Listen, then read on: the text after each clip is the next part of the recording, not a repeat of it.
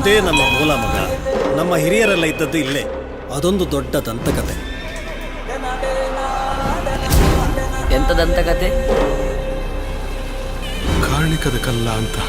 ಯಾವಾಗೆಲ್ಲ ಮನುಷ್ಯ ಧರ್ಮದ ಕಡೆಗೆ ಸಾಕ್ತಾನ, ಧರ್ಮ ಕಾಪಾಡಲಿಕ್ಕೆ ಈಶ್ವರ ದೇವರು ಗಣಗಳನ್ನು ಕಳಿಸ್ತಾನೆ ಇರ್ತಾನೆ. ಆ ಎಲ್ಲ ಗಣಗಳು ಬಂದು ನೆಲೆಸಿದ್ದು ಈ ಪುಣ್ಯ ಮಣ್ಣಿನಲ್ಲಿ.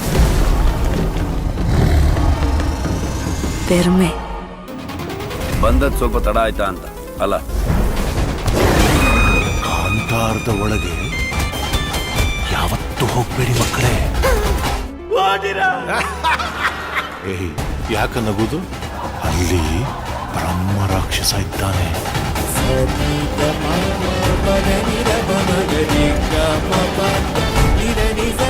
ಪೊಟ್ಟು ಕಾಡಲಿ ಎಂತ ಮಣ್ಣು ಸಹ ಇಲ್ಲವ, ಎಲ್ಲ ಬರೀ ಕತೆ. ಇನ್ ಮುಂದೆ ನಾವು ಬೆಳೆದ 3ನೇ ಬಾಲ ಗಡಿಯಲ್ಲಿ ಇಡ್ಲಿಕ್ಕಿಲ್ಲ.